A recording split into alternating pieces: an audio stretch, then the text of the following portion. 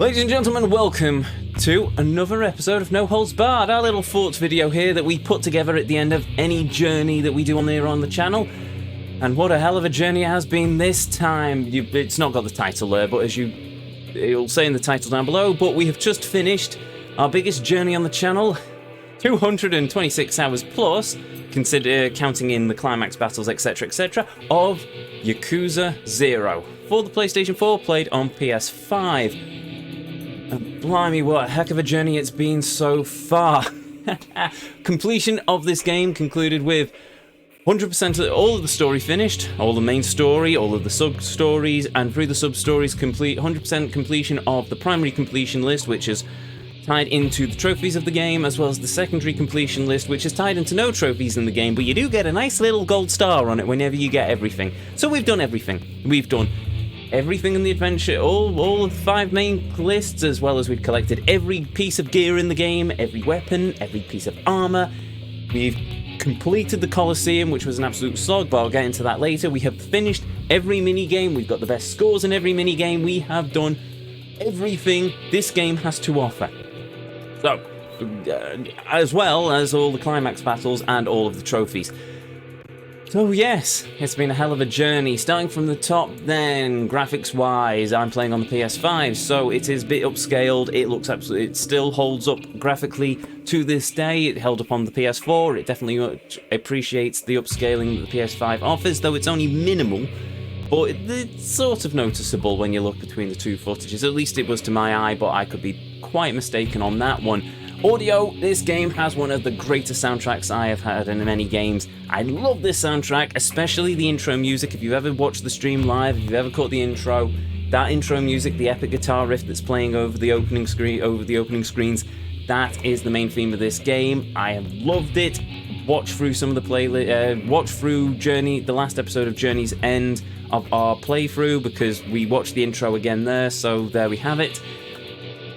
And there we are. So story-wise, absolutely fantastic story. One of my favourite games so far. The drama aspect, it's got quite a nice juxtaposition. So you've got the main story, which is a Japanese Yakuza drama-y thing, which actually gets really quite dark and quite gory in places. And then you've got the side stories, which very much cut through the darkness with just how absolutely insane they are. And anyone who has been on this channel for any period of time does know that I'm a massive fan of daft games. From the Outer Worlds with its sort of hitchhiker's humour all the way to this, where we have a chicken as the manager of our real estate firm. Not even making that up.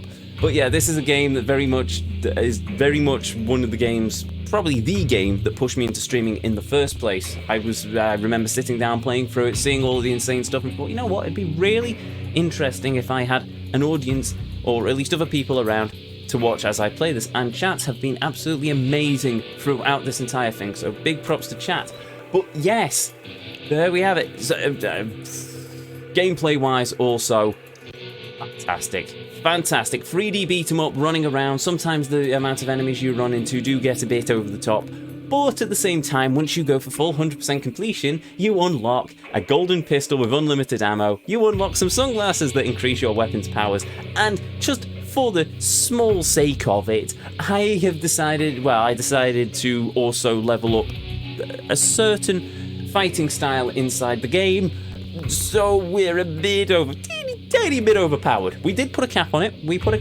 I refused to go over a certain point just to ensure that we didn't break the game and make everything far too easy, and we may still have made it a bit too easy. But yeah, trophy hunting is perfectly fine. It's going to take a lot of time to get through the completion lists, but that's just the way it is. Hopefully you enjoy Mahjong, because you're going to be playing a lot of Mahjong. In terms of completion, yeah, and there have been some utter pain in the neck completion points, like the batting cages, because I'm just useless with reflex mini games. Fantasy Zone, which is an old Sega arcade game, which you have to get 10 million points in or something. That was fun.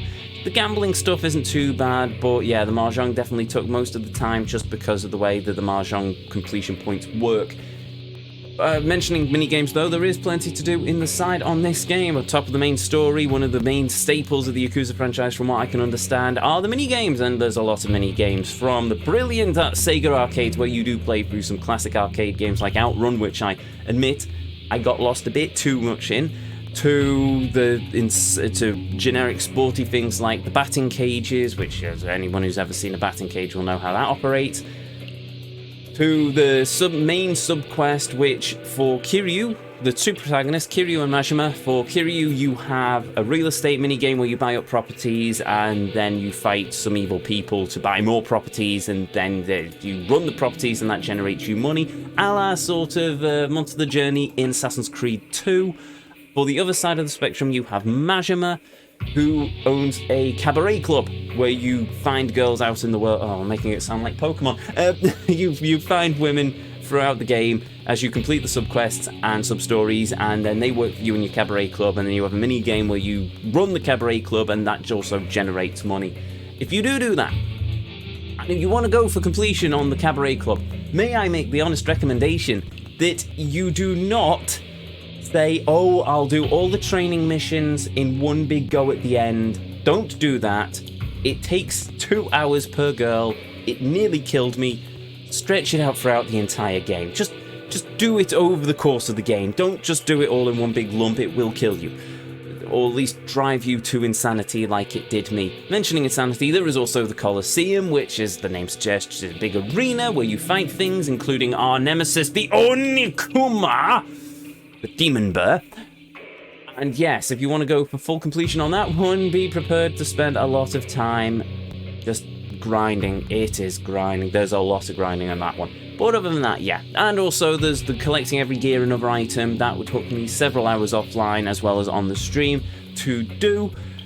So bottom line, go for completion if you want to, but I'd say just play the game. Just finish the game. The game deserves to be finished.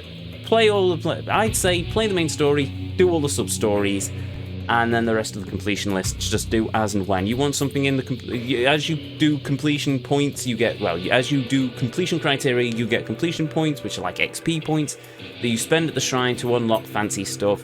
I'd say you don't need to go all the way to the end of the completion list, just a certain amount to get some of the cool stuff, and then bugger off and just not worry about it. But that's my opinion. Your choices may vary, and by all means, that's completely valid. Is there anything else? Main protagonists. Kiryu is still one of my favourite characters in any game. I absolutely love the man, though he definitely plays second fiddle to Majima in this game. Majima's story is absolutely fantastic. Both stories are fantastic, but Majima pips Kiryu just by... It's hard to not go into spoilers, but the absolute heartbreaking nature of Majima's story is, it just shines through so much stronger than Kiryu's, as it probably should, considering Kiryu's the main protagonist of the entire game and the entire franchise. So, well, at least the main line of the franchise. And this is the start of our franchise run. I've not played any of the other Yakuza games yet. This is our very much starting point, so I'm curious to see where it goes from here, but there we have it. Is there anything else? Have I forgotten anything? We've done gameplay, graphics, story, completion criteria, voice acting. Thank you, chat. Yes, no voice acting, no dubbing on this game, all in Japanese, but at the same time, if you watch through the playthrough, you'll notice when the voice... I voice act, so I apologise for that. But when all the voices in the game are absolutely brilliant. All the voice acting is top-notch, not that I can understand a word they're saying. Well, some words I can understand what they're saying. But for the most of it, yeah, I can't understand. I let the voice acting speak. So there is a bit of reading involved in this playthrough. Let's play, I'm sorry, but there we go. But yeah, the cutscenes, the pre-rendered cutscenes are absolutely, truly amazing. They stand up very much even now. God, some of them were brilliant. Majima's intro to the game has got to be one of my favorite game intros for a character ever. It's just if you've not played the game, play the game, or at the very least look up Majima's intro in Yakuza 0 on YouTube, because it's just a hell of a thing. Fight mechanics. Thank you, chat. Thank you, chat. Fight mechanics. You have multiple fight styles. It's not just one single fight style for the entire game, like Streets of Rage, I suppose. You have a choice between three different fight styles that you have to use situationally dependent on where you are in the game. These are leveled up not by XP points, but by money, because Yakuza 0 was set in the 1980s in Japan during an economic bubble, an economic boom. Everything is tied to money. So you want to upgrade a fight style, you have to literally invest the money you make throughout the world of the game into your fight styles. For the main three fight styles, this isn't an issue. It's expensive, but it's there and that's it. If you want to abuse the extra fight style, well, that, first up, save some of your completion points. You will need them. Second, be ready to farm a lot of money and have a strategy, because you can go up to 999. We didn't. We only took them up to level 10, but it does take an insane amount of time simply from the animations. It's not click, ding, done. It is click, loading bar, done, loading bar, done, loading bar, done, loading bar, done. Doesn't sound too bad until you have done it for about 10 minutes. At that point, your eyes are dribbling out their sockets, and it's just not a fun experience. They should have put in a speed up mechanic, or they should have just, for that particular leveling system, just get rid of the loading bar and just have ding ding ding ding ding ding ding ding ding ding ding ding ding ding ding ding ding. But there we go. Or just have it level, or just have it so you unlock it once, and then you've got a big button in the middle that you just press to invest, say, 100 billion yen each time to up the level, and that would have worked so much better. But in fairness, the devs probably didn't anticipate a madman like me coming along and going, let's make us overpowered, let's do all the things. So there we go. Well, yes. Oh, you've also got a nice choice of weapons, as I've mentioned. Each fight style.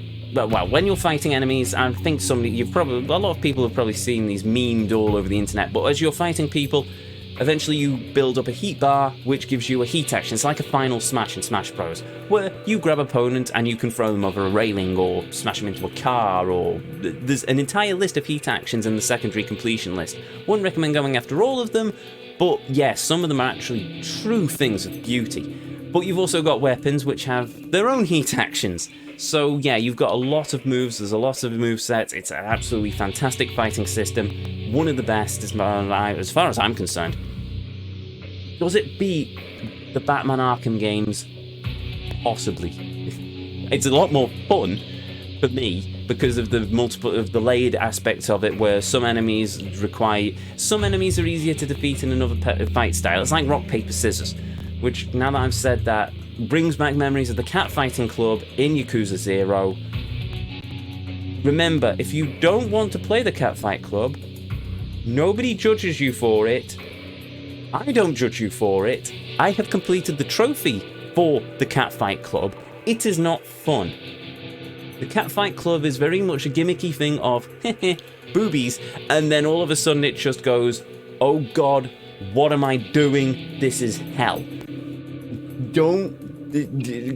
Lord help you if you are doing the catfight club. That's all I'm going to say. But is that it? I think that's everything. Story, character, better. Inevitably, I've probably forgotten to say something, but the bottom line of this is Yakuza 0 is an absolutely fantastic game. One of my favourite games at this moment in time.